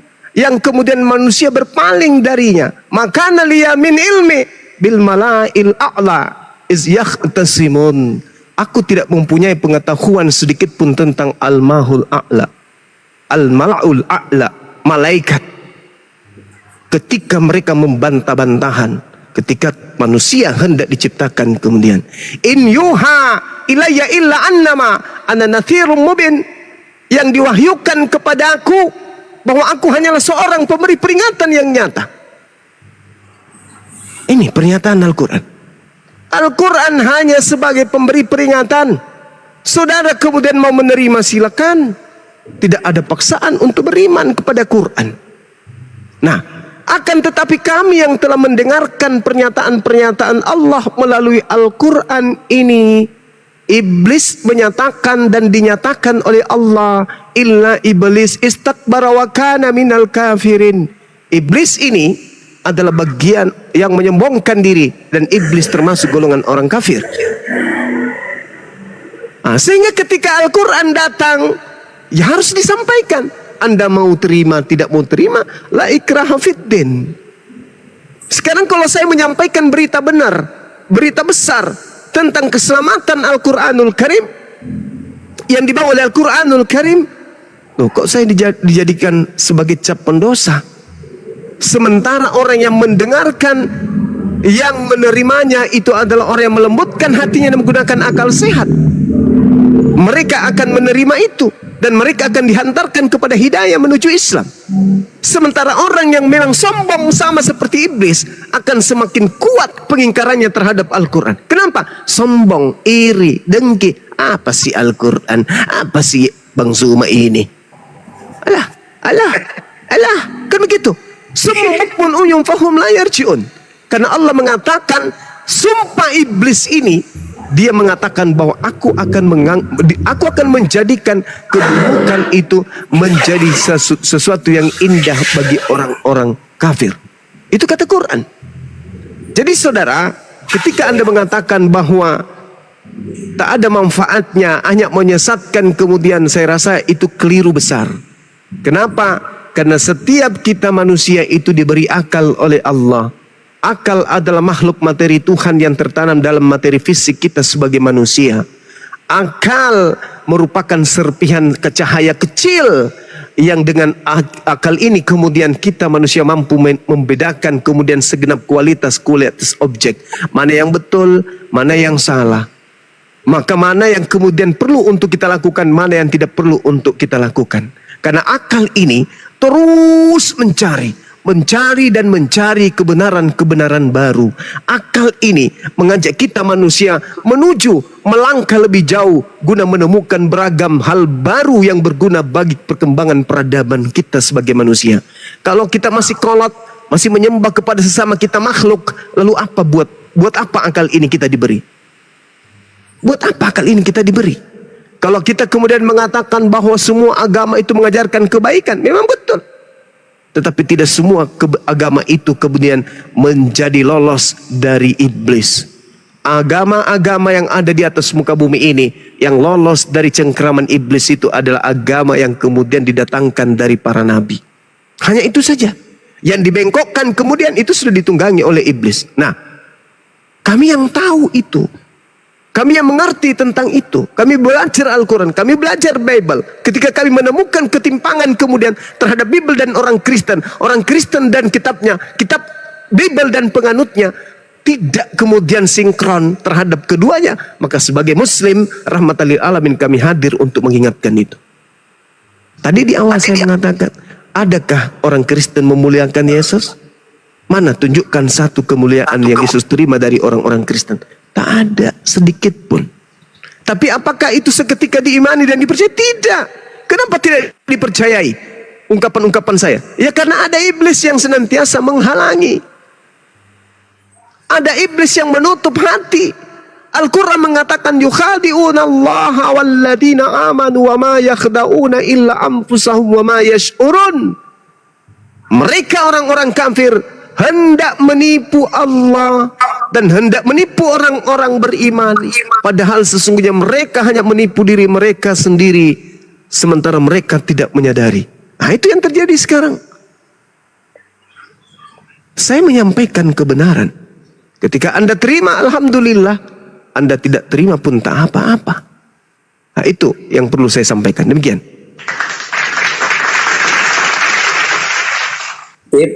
Mungkin ada yang lain, Bang Suma. Thank you. Iya, sama-sama Bang Yosi. Ya, Bang Suma. Telah menyuruh iblis untuk mesesatkan manusia. Tugas iblis apa, Bang? Menyelamatkan manusia.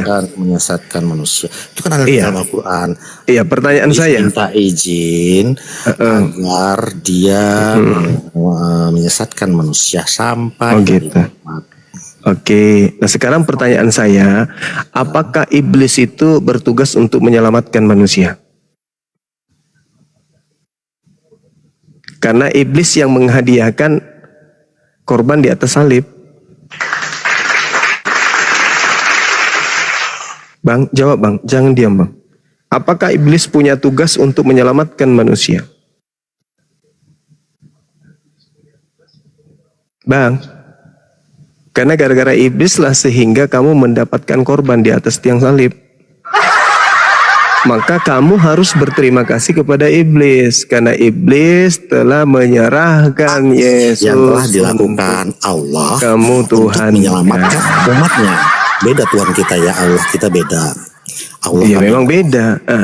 Sekarang kalau apa yang telah dilakukan Allahmu yang Maha Kuasa, kamu bilang untuk menyelamatkan umatnya, kok malah Allah mewajibkan umatnya masuk neraka dulu untuk penyucian? Gimana dong ceritanya? Markus 9:49 seluruh manusia 71 sampai 72. Oke, habis itu pun yang tidak mendatangi neraka. Mendatangi. Oke, nah sekarang Markus 9 itu gimana Bang? Markus 9:49. Tidak ada satu manusia pun yang tidak masuk ke dalam api neraka.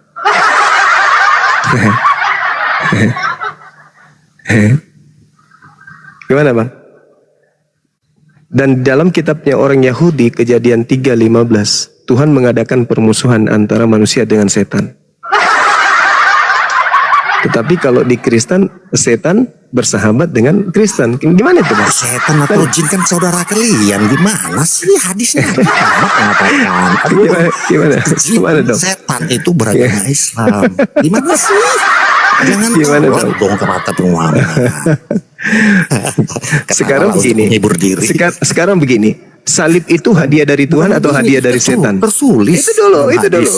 Itu dulu. Selesaikan itu dulu. Salib itu hadiah dari Tuhan atau hadiah dari setan? Itu dulu dong. Itu dong. Ayo dong. Apa yang telah dilakukan? Ayo dong. Jawab dong. Apa jawab. Allah jawab yang lakukan untuk jawab dulu. Nggak ada kan? Jawab dulu dong. Salib itu hadiah dari Tuhan. Apalagi yang ianya salib itu hadiah dari Tuhan atau hadiah dari setan? Itu dulu. Muhammad ayat 7 mengatakan Kan harus tolong Allah dulu, baru Sayangnya Anda tidak bisa berdiskusi. Anda nggak bisa ngibulin kami. Nggak bisa ngibulin kami. Kamu malu dengan Al-Quran. Itu aja intinya. Loh, saya barusan bahas Al-Quran kok. Saya barusan bahas Al-Quran. Apa yang telah dilakukan sekarang pertanyaannya. Kenapa Allah Sekarang pertanyaannya, salib itu hadiah dari Tuhan atau hadiah dari setan? Kan gitu. Itu aja sih saya. Saya cuma ingin jawaban dari pertanyaan saya ini. Allah kami melindungi umat. Mana dalilnya? Allah kami melindungi orang-orang tidak bersunat. Mana dalilnya? Tuhan kami melindungi orang-orang pemakan babi. Mana dalilnya? Kalau saya mau menguraikan dalil yang sama seperti di dalam kitab saudara yang Anda tuduhkan dalam Al-Quran, Anda akan menangis darah. 2 Tesalonika 2 nomor 11. Dan itulah sebabnya Theos mendatangkan kesesatan atas mereka yang menyebabkan mereka percaya akan dusta. Ayub 1:12, maka firman Tuhan kepada iblis, nah segala yang ada dipunyainya ada dalam kuasamu. Hanya janganlah engkau mengulurkan tanganmu terhadap dirinya, kemudian pergilah iblis dari hadapan Tuhan. Berfirmanlah iblis, Tuhan kepada iblis, segala yang dipunyainya ada dalam kuasamu. Oke. Banyak dalil-dalil dalam kitab saudara. 1 Samuel 19:9. Tetapi roh jahat alias iblis yang berasal dari Tuhan hinggap pada Saul ketika ia duduk di rumahnya dengan tombaknya di tangannya dan Daud sedang main kecapi. 1 Samuel 18 nomor 10. Keesokan harinya iblis yang berasal dari Elohim menguasai Saul sehingga ia memulai mengoceh seperti orang gila di rumahnya. 1 Samuel 16:23. Sejak saat itu, kalau roh yang disuruh Tuhan Yahweh datang dan mengganggu Saul, Daud segera mengambil kecapi dan memainkannya. Sejak itu kalau iblis yang disuruh Yahweh datang dan mengganggu Saul. Wow. 1 Samuel 16:16. Baiklah Tuanku menitahkan hamba-hambamu yang di depanmu ini mencari seorang yang pandai main kecapi. Apabila iblis yang berasal dari Elohim hinggap padamu, haruslah ia main kecapi, maka engkau merasa nyaman. 1 Samuel 16:15. Lalu berkatalah hamba-hamba Saul kepadanya, ketahuilah iblis yang datang dari Yahweh mengganggu engkau. 1 Samuel 16:14. Tetapi roh Tuhan telah mundur daripada Saul dan sekarang ia diganggu oleh iblis yang berasal dari Tuhan. 1 Raja-Raja 22 nomor 23. Karena itu sesungguhnya Tuhan telah menaruh roh dusta ke dalam mulut semua nabimu ini. Karena itu sesungguhnya Tuhan telah menaruh roh dusta ke dalam mulut semua nabimu ini. Sebab Tuhan telah menetapkan untuk menimpakan malapetaka kepadamu. Wow, Tuhan menetapkan malapetaka. Wow. Lalu kemudian mana lagi tertulis? 1 Raja-Raja 22. Dan Tuhan berfirman, siapakah yang akan membujuk Ahab untuk maju berperang supaya ia tewas? Maka yang seorang berkata begini, yang lain berkata begitu. Kemudian tampillah satu roh, lalu berdiri di hadapan Tuhan, lalu berkata, aku ini akan membujuknya. Tuhan bertanya kepadanya, dengan apa? Jawabnya, aku akan keluar dan menjadi roh iblis, roh dusta dalam mulut semua nabinya. Tuhan kemudian berfirman, biarlah engkau membujuknya dan engkau akan berhasil pula. Keluarlah dan berbuatlah demikian. Wow, Tuhan bekerja sama dengan setan. Wow. Selamat malam. Ya, agamanya apa, Bang Sipul? Saya mantan misionaris. Mantan misionaris. Sekarang masih atau mantan ya? Saya sudah Islam. Masya Allah. Alhamdulillah, Masya Allah. Salam kenal Bang Yudi. Berapa tahun Bang? Bang, berapa tahun jadi misionaris? Saya jadi misionaris lebih kurang 10 tahun. Waduh. Wah, Itu Bang Saiful, terorganisir atau main sendiri atau ada kelompoknya, Bang? Ini sebenarnya terorganisir ya. Kalau dapat Kita- pasien dapat ini reward. Gimana tadi? Kalau dapat pasien dapat hadiah. Bukan hadiah. Memang udah target itu, maksudnya strategi gitu. Untuk murtadkan orang Islam gitu ya. Iya, kalau kita dulu, tapi maaf ya, kita dulu memang udah misinya seperti itu ya, apa boleh buat, kita laksanakan dahulu. Akan tetapi, ternyata hati nurani kita itu berbenturan dengan kata mulut, jadi nggak sesuai. Ternyata kebenaran itu adalah merupakan sesuatu yang abadi, sesuatu hakikat yang sebenarnya, sehingga kita berdosalah melakukan hal-hal yang tidak sesuai dengan kata hati nurani kita, sehingga kita berhijrah untuk memeluk agama Islam. Kalau dulu Pak Gultom ini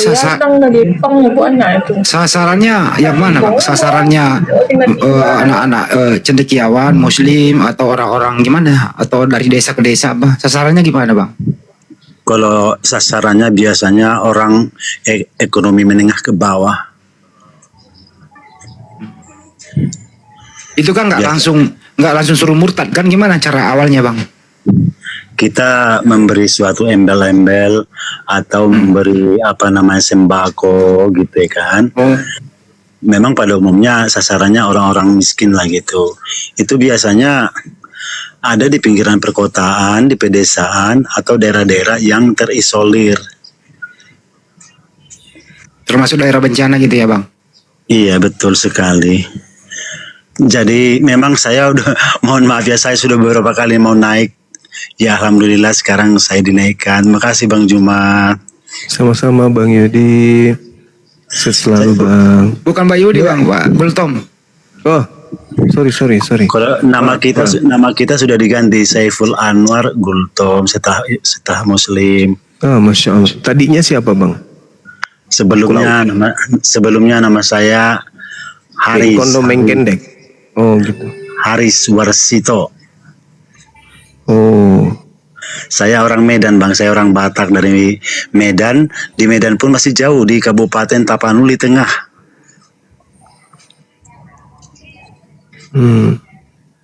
Jadi saya mohon petunjuk, mohon arahan, pembinaan. Kita kan, saya baru belum sebulan saya memeluk agama Islam. Saya minta petunjuk, arahan, bimbingan dan pembinaan agar saya itu bisa mempelajari agama Islam gitu loh Bang Juma. Tolonglah gimana caranya gitu. Baru sebulan, Bang? Baru sebulan. Kenapa bisa, Bang? Faktor apa? Faktor utamanya?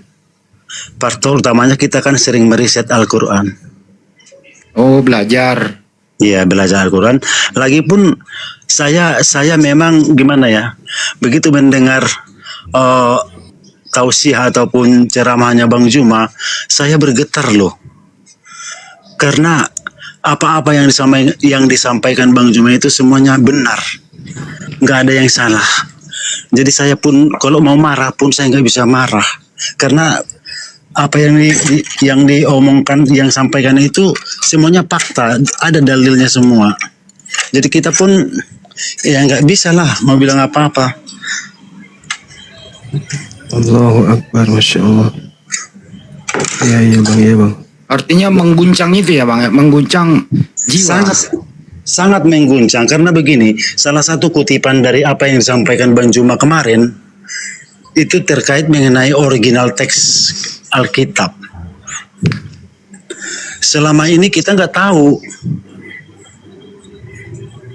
di mana original teks Alkitab itu mengatakan seperti Bang Juma katakan, ternyata kita bertuhankan ke Theos selama ini. Ini baru saya sadari.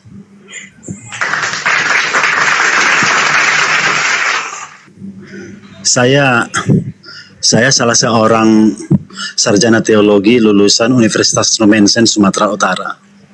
Bah, jangan. Jadi begitu saya mendalami Al-Quran, ternyata di dalam Al-Quran itu ada sesuatu yang ajaib, sesuatu yang tidak kita temukan di kitab-kitab lain. Apa-apa itu? Kalau saya meriset, begitu saya mendengar tausiah Bang Zuma selama ini, saya merasa berkewajiban untuk mempelajari ataupun meriset Al-Quran. Loh, ada apa isi Al-Quran sebenarnya, kan begitu ya kan Bang Nandar ya? Jadi setelah saya riset, saya menemukan beberapa bahasa ataupun abjad ataupun kalimah-kalimah yang tidak dimengerti oleh manusia. Salah satu di antaranya yang terpanjang ada itu di surah Maryam. Di mana di surah Maryam itu ada kaf, ha, ya, ain, sod. Jadi kalau kita lihat di sampingnya, para ulama Indonesia menerjemahkan hanya Allah yang tahu, kan begitu. Jadi saya pun, loh, ini kitab ada kalimat tapi tidak dimengerti oleh manusia. Jadi saya berpikir, berarti ini salah satu hak prerogatifnya Allah, yaitu istilahnya misalnya kayak buatan Inggris lah, misalnya buatan Inggris misalnya made in England, buatan Cina made in China, buatan Indonesia made in Indonesia. Berarti Al-Quran made in Allah, seperti itu saya kira. Jadi saya pun kagum lah, saya terkagum melihat ini, dan ini belum pernah saya sama sekali melihat yang seperti ini. Berarti menandakan Allah memberi materai bagaikan ditempel bahwasanya kitab Al-Quran itu tidak ada keraguan di dalamnya. Seperti itu Bang Juma. Saya memang menangis, sampai saya menangis melihat itu. Ya, Masya Allah. Dan insya Allah saya pun sekarang sudah bisa membaca Al-Quran. Saya bisa membaca Al-Quran itu dalam tempo waktu sekitar 3 minggu. Masya Allah, luar biasa. Iya, seperti itulah. Saya yakin dan percaya bahwasanya di ayat pertama Al-Baqarah itu, zalikal kitabul la raiba fihi hudal lil muttaqin allazina yu'minuna bil ghaibi wa yuqimunas salata wa mimma razaqnahum yunfikun. Jadi saya setelah diberi Allah materai, Subhanallah. setelah Allah memberi materai menandakan bahwasanya Al-Quran itu adalah produk ilahi, dan di ayat pertama pun menyatakan bahwasanya tidak ada keraguan di dalamnya. Saya pun merasa tersungkur, saya merinding saya membacanya, enggak tahan jantung saya membacanya. Ternyata selama ini saya bergelimang dosa. Saya telah banyak mengkristenkan orang, hampir 1000 orang saya kristenkan orang di berbagai daerah di Indonesia. Allahu Akbar. Jadi saya sebenarnya memohonlah petunjuk pada seluruh apologet Islam Indonesia, karena saya mengetahui bahasanya apologet Islam Indonesia adalah orang pertama, ring pertama yang membela agama Islam di Indonesia pada umumnya. Saya memohon pada Bang Zuma, siapapun yang ada di sana, Bang Nandar, memberi arahan ke saya agar saya bisa mempelajari agama Islam dengan sempurna, begitu Bang. Allahu Akbar, Masya Allah. Ya Allah, luar biasa. Assalamualaikum warahmatullahi wabarakatuh. Pak Saipul, Bang Juma izin bentar. Waalaikumsalam. Memang sektor kita ya. Silakan. Nah, Pak Gultum di Sibolga Pak ya. Sekarang saya sudah ada di Jakarta karena demi keamanan saya diteror oleh orang-orang yang tidak bertanggung jawab. Saya melarikan diri ke Jakarta. Oh gitu, berarti di ini Bang Andi deh. Kalau di sana, atau nanti ada dari ini kan MCI juga di sana. Monggo Bang Andi. Ya biar dia berkisah dulu, tapi ini bukan framing ya Pak ya. Nah, maksudnya ya, karena dibawa ya tahu sendiri lah Pak. Saya diislamkan di Tapanuli Tengah, dan saya pun membawa surat Islamnya dari KUA, dari kantor urusan agama, dan satu lagi dari Majelis Ulama Indonesia cabang Sibolga. Lanjut dulu Bang Handi, saya ada telepon Bang. Lanjut, saya monitor, silakan. Jadi posisi saya sekarang di Jakarta ada di Cikini. Bisa bertukar nomor Pak Gultom? Boleh, silahkan. Boleh, nomor saya ada di situ. Boleh saya sebutkan nomornya. Jangan disebut Bang. Oke. Nanti teman-teman yang tulis nomor saya di bawah ya. Oh, jadi ini nomor Bang Nandar. Nomor saya di Selebes Bang. Kita deket kok, nggak jauh dari Cikini juga sih. Ya, Tolong dikirim. ditulis nomor saya di bawah biar Pak Gultom nyatet. Oh, sebentar ya. Umur saya memang udah lumayan ini. Umur saya udah 57 tahun. Jadi dicatat pakai pulpen, pena. Enggak, nanti di bawah ya, ada nanti yang tulis di bawah. Oh, tuliskan Tulis aja, Bang. itu nomor saya Bang di bawah. Oke deh. Yo. Ya Allah ya Rob. Kasihanlah sama saya Bang, minta tolonglah. Saya diteror, terus diteror. Memang biasa itu Pak Gultom. Kalau memeluk Islam itu ya perjuangannya panjang Pak. Iya, mungkin apa namanya, saya kan disekolahkan, saya dulu itu dapat beasiswa, saya termasuk mahasiswa terbaik pada saat itu. Mungkin mereka merasa kecewa karena ini kan tugas saya sebenarnya mau ke Jambi ini. Tugas saya ke Jambi, ada di Jambi itu orang-orang Mentawai atau orang-orang suku anak dalam. Sebenarnya tugas saya mau ke sana, tapi saya nggak mau tekan kontrak karena kata hati saya dengan kata mulut saya nggak sesuai lagi, udah berbenturan gitu. Padahal dulu Anda bahagia dengan keuangan waktu itu. Kalau keuangan saya kira insya Allah memang kalau kita difasilitasi, tapi saya udah tua loh. Saya bercermin, oh saya udah punya uban, ya Allah. Kalau saya melakukan seperti ini, lalu bagaimana kehidupan saya di kampung seberang? Begitu saya berpikir. Karena saya yakin setelah saya meneliti Al-Quran, saya yakin bahwasanya kehidupan yang lebih abadi itu ada di akhirat, katanya ada di kampung seberang lah gitu. Jadi itu lebih abadi. Kehidupan dunia katanya sementara. Jadi saya pun berpikir, loh setelah mati saya nanti kemana ya? Saya berpikir begitu sendirian. Jadi Tadi Abang di Universitas apa tadi? saya sekolahnya, Ya. saya dulu di Universitas Nomensen Sumatera Utara. Oh, ini no mention ya. Jurusan teologi, saya STH, sarjana teologi. Mempelajari ini nggak Bang? Islamologi. Iya dipelajari juga. Dosennya siapa? Orang Muslim apa nggak? Kalangan sendiri? Ada apa dosennya yang orang Kristen. Bagaimana caranya mempelajari Al-Quran yang ngajarin orang Kristen? Dia pun mungkin belajar dia. Tapi ada juga memang studi bandingnya di sana. Kalau Abang cukup ininya Bang, apa namanya, bisa open camp, Abang bersedia open camp nggak Bang? Maksudnya apa gitu kemana? Tatap muka biar kita tidak menganggap apa ada prank ini loh. Oh boleh. Boleh ya. Boleh. Boleh di follow teman-teman biar beliau nanti open cam ya. Iya. Masih Udah dicatat. 111 pengikutnya. Iya, udah dicatat nomor saya Bang. Oh belum di.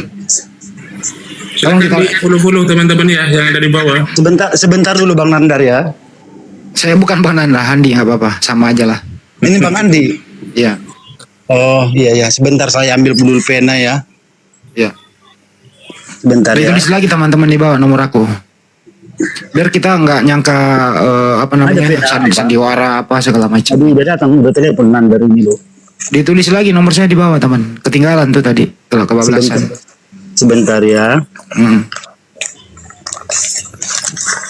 Ya Allah ya Robbi. Mana no pulpen aku ini?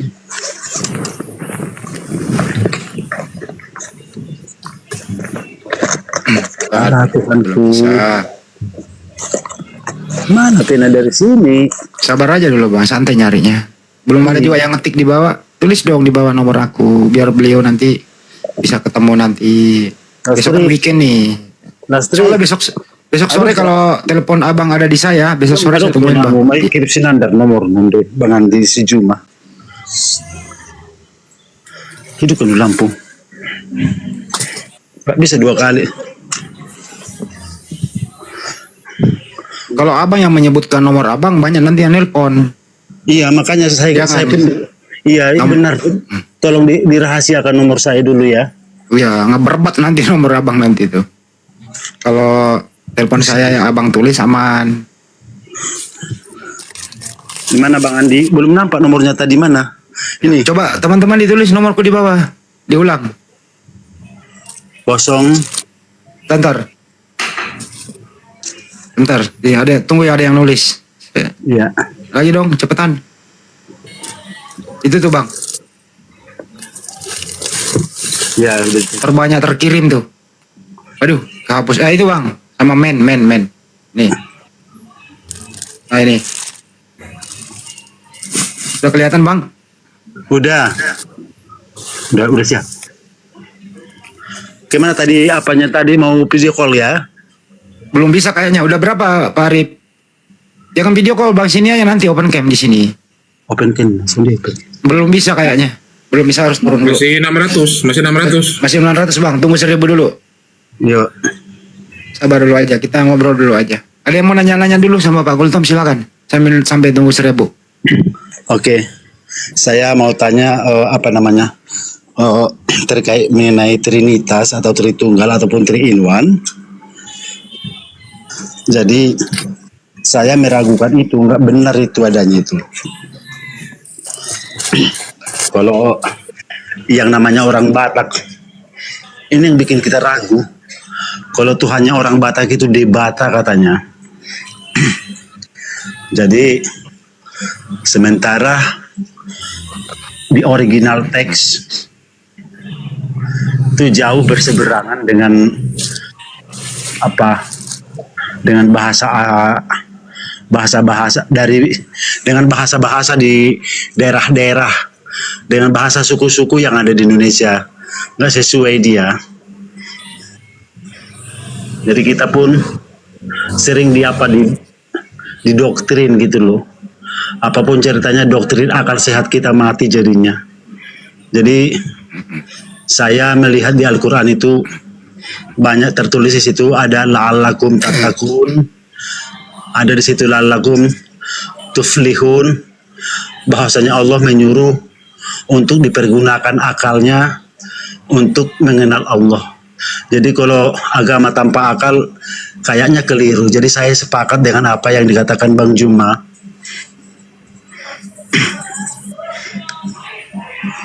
Tapi yang ingin saya tanyakan, ada satu hal yang saya tanyakan terkait mengenai ketuhanan Yesus Kristus gitu.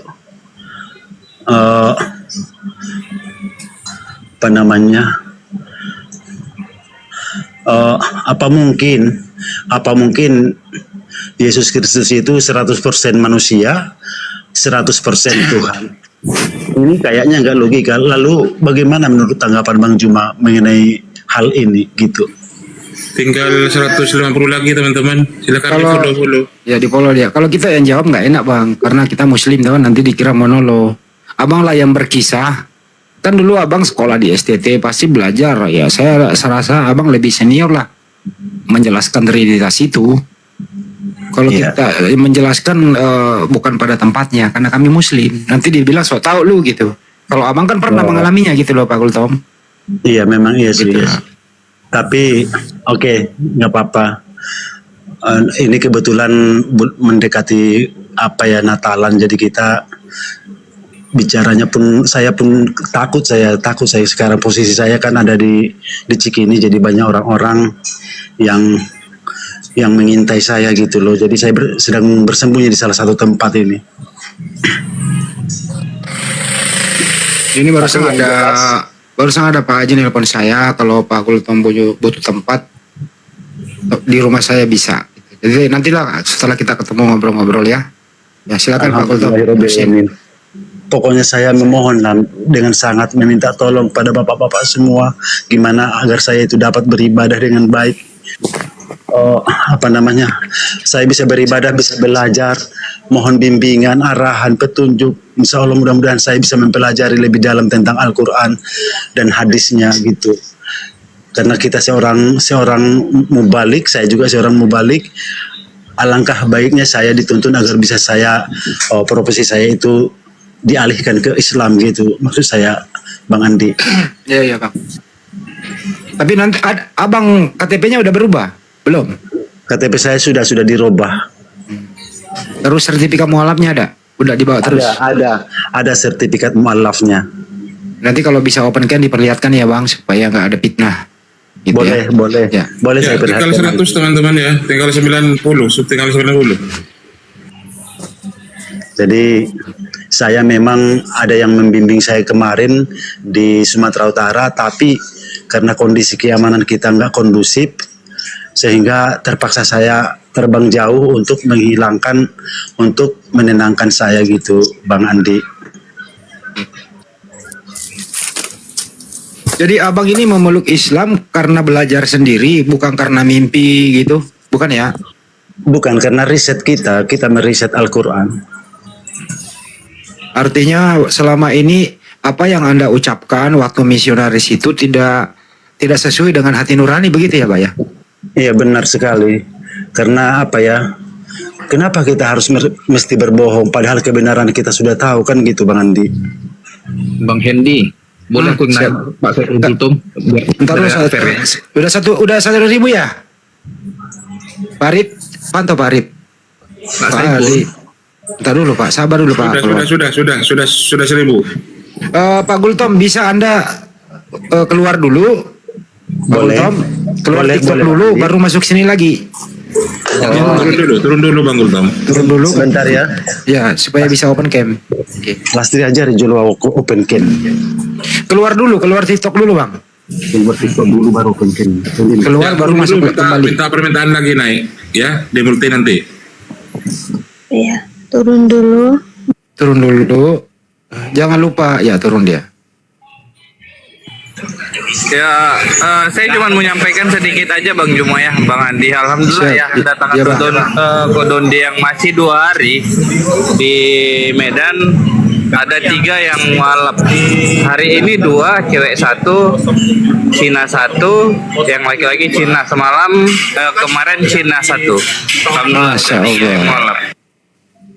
Di Medan ya Bang, di kota Medan ya Pak. Iya betul Bang Andi. Masya Allah. Kalau nggak salah Kodondi masih di sana ya? Udah balik? Masih hari Senin kayaknya pulang. Besok kami mau ke Brastagi, mau ke inilah tempat apa namanya minoritas Islam di sana. Oke. Baik, salam buat beliau, sehat-sehat selalu, semangat. Nah ini Pak Gultom udah naik nih, udah bisa kayaknya nih, tunggu ya. Sabar ya Bang. Saya nggak open cam dia nih. Saya minta dia open cam, boleh bisa nggak ya? Ah udah bisa. Diterima Pak, itu diterima. Oh ya, sabar. Hati-hati yang tidak layak masuk kamera ya. Tuh ya udah bisa. Ah ini dia Pak Gultom. Oh ini sertifikatnya. Iya benar. Nampak Bang Andi? Nampak Bang. Nah, ini dia. Berarti ini nggak framing, benar-benar A1. Terima kasih Pak Gultom atas kejujurannya. Ini Dari rekomendasi dari MUI juga ada Bang Andi. Boy, mantap. Ini Keluarga dari- Pak gimana Pak? Keluarga ditinggal dong. Gimana keluarga? Iya, Anak iya. istri. Iya saya tinggal. Ini dari apa?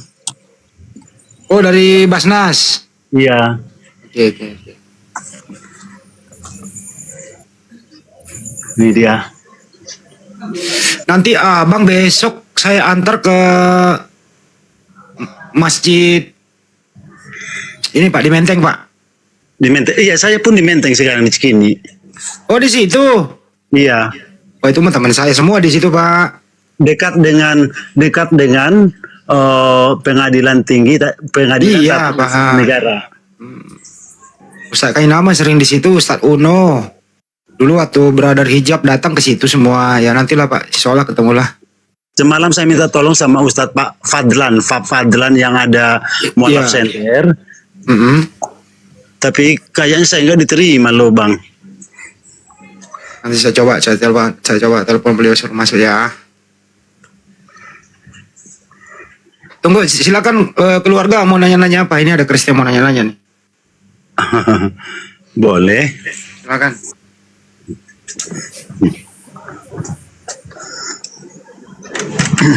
Selamat malam Pak Saiful.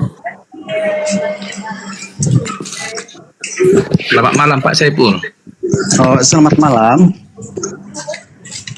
Iya.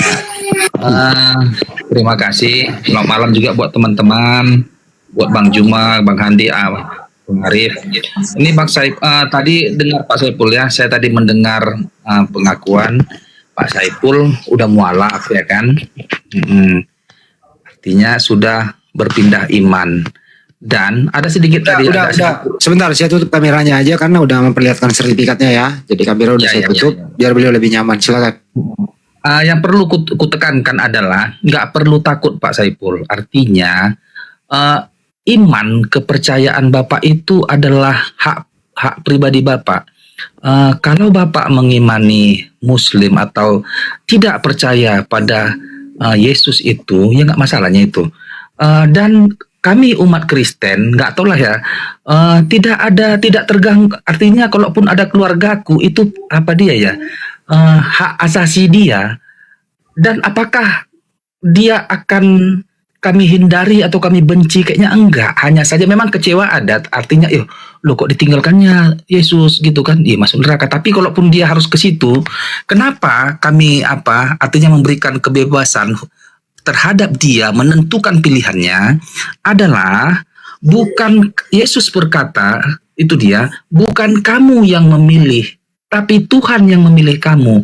Kalau memang Tuhan tidak memilih aku ini untuk masuk ke dalam kerajaan surga itu memang nggak masuk. Jadi nggak ada pemaksa. Artinya bukan kita yang memilih Tuhan itu yang sudah memilih kita. Begitu konsep kami. Jadi nggak perlu jadi takut Pak Saiful, nggak ada yang Kristen ngejar-ngejar hanya karena Bapak mualaf. Kok jadi diancam? Yang ngancam itu yang kusalahkan. Ngapain kok ancam orang mualaf? Biarkan aja mualaf. Orang itu dia pilihan dia kok. Salah itu, nggak ada guna. Kalau memang kau pilih mualaf, ya bagus, nggak masalah. Apakah dengan mualafnya kau nggak jadi temanku? Salah juga, ngapain? Aku berteman denganmu bukan karena agamamu, ya memang karena kita cocok berkawan contohnya. Begitu. Jadi salah itu, nggak. Dan bagi orang Kristen, nggak boleh membenci orang yang mualaf, itu hak asasi dia. Terkecuali Pak Saiful setelah mualaf, Bapak menjelek-jelekkan agama lama, Bapak menjelek-jelekkan Tuhan Yesus, itu berarti Bapak yang sudah Bapak tinggalkan sajalah. Atau maka Bapak harus dalami apa yang baru itu, yang Bapak yakini itu, memperdalam dan menambah keyakinan di situ. Tapi kalau Bapak jadi ikut menjelekkan, artinya Yesus, Bapak berteriak Yesus bukan Tuhan, ya itu dalam diri Bapak pribadi Bapak aja lah itu, agar Bapak jangan dibenci. Begitu. Dan saranku untuk teman-teman Kristen, nggak perlu mengejar Pak Saiful ini, membenci dia hanya karena dia mualaf. Ya didoakan aja lah, semoga Pak Saiful ya mendapatkan pilihan yang baik lah. Artinya ya kalau memang itu ya sehat-sehat lah, dapat rezeki Pak Saiful, begitu aja. Terima kasih. Sebenarnya sih Pak Saiful nggak takut, dia tadi masalah keluarga aja gitu. Jadi makanya, tapi Pak Saiful yang ceritain sendiri Pak Saiful. Dibuka mic-nya Pak Saiful. Dibuka mic-nya Pak Saiful. Nggak boleh diancam itu, hak asasi dia itu. Dibuka mic-nya Pak, ke mute. Pak Saiful dibuka mic-nya. Ini diterima Pak. Ajarin Pak yang di belakang. Nih. Nah, diterima Pak. Ke mute dia nggak bisa. Nih. Kan moderatornya bisa biasa. Nah, udah bisa. Ya silakan Pak Saiful ceritain sendiri. Silakan. Siapa yang ngancem dan terusnya, silakan. Kita memang banyak ancaman yang masuk ke kita, mungkin karena masih baru-baru itu barangkali. Yang ancam dari pihak keluarga, Pak, ada dari pihak luar? Ada dari keluarga, ada dari jemaat. Jemaat, kok bisa gitu? Kok kan? Ya mungkin kayak mana ya? Apalagi menjelang Natalan seperti ini, mungkin kekurangan guru atau bagaimana di kampung kita. Guru apa Pak? Ya, saya pun kurang tahu persis apa sebabnya. Jadi saya bilang, saya kan memilih ataupun masuk ke agama Islam itu kan bukan karena dipaksa oleh siapa-siapa. Itu karena memang saya alhamdulillah mendapat hidayah dari Allah Subhanahu wa taala. Saya sangat bersyukur sekali. Jadi apapun ceritanya, apapun yang terjadi, saya sudah siap sebenarnya menerima tantangan apapun yang terjadi pada saya. Tapi aku memohon kepada Allah, mudah-mudahan kalau bisa saya jangan mati terbunuh lah. Saya memohon mudah-mudahan saya dikasih umur yang panjang, bisa lagi belajar agama Islam yang lebih dalam, mendalami agama Islam itu gitu. Agar saya bisa menebus dosa-dosa saya yang selama ini. Gitu. Tidak tahukah kamu bahwa Islam itu menghapuskan dosa-dosa sebelummu? Hijrah juga menghapuskan dosa-dosa sebelummu? Iya, saya memang berasa berdosa. Saya kira tentunya saya harus beribadah, banyak berjihad untuk menebus dosa-dosa saya sebelumnya itu, Pak. Pak Saiful, boleh nanya, apa ajaran Kristen yang Bapak tidak yakini yang mengakibatkan Bapak keluar dari kekristenan? Yang membuat saya keluar dari Kristen itu di surat Yohanes. Surat Yohanes ayat 1. Pada mulanya adalah firman. Ya. Firman itu bersama-sama dengan Allah dan firman itu adalah Allah. Jadi ini redaksi ayatnya ini kayaknya kurang apa ya? Kurang logis gitu. Redaksi ayatnya ini keliru. Keliru, iya. Oh, pada mulanya ada ya Yohanes 1 ayat 1 sampai dengan 3 ini. Ayat kedua. Di ayat 14-nya pun firman itu telah menjadi manusia. Firman itu telah menjadi manusia dan diam di antara kita. Benar. Jadi masalahnya adalah ini yang agak nggak mampu Bapak cerna bagaimana apanya nih penjelasan ayat ini, begitu Pak Saiful? Saya kurang mampu mencerna itu karena keliru kali gitu. Masa mungkin pada mulanya adalah firman itu bersama-sama dengan Allah dan firman itu adalah Allah. Berarti pada mulanya adalah Yesus itu bersama-sama dengan Allah dan Yesus itu adalah Allah. Jadi saya pun mana yang benar ini? Jadi saya bingung jadinya. Jadi itu yang perlu Bapak tanyakan pada mereka yang ahli yang mengerti akan konsep ini. Itu dia. Iya. Dan satu lagi yang membuat saya nggak percaya, original teksnya yang dari Yunani itu, saya kurang begitu percaya dengan apa terjemahan yang ada di Indonesia gitu. Satu lagi, kata bahasa Indonesia ini menurut Bapak tidak sesuai dengan original teks dan berbohong, begitu? Iya, maksudnya terjemahannya itu nggak sama dengan original teksnya. Tidak sesuai lah dengan original teks, iya. Iya, tidak sesuai dia. Misalnya kayak Bang Juma bilang lah, Theos itu katanya dewa. Loh, kalau dewa berarti ini udah keliru ini dengan yang kita pelajari selama ini kan gitu. Oke. Pak Saiful, Pak Saiful kan bertanya tadi sama Bang Juma, berarti Pak Saiful kan banyak juga mendapatkan pencerahan dari Bang Juma, dari Komaldia, sehingga Bapak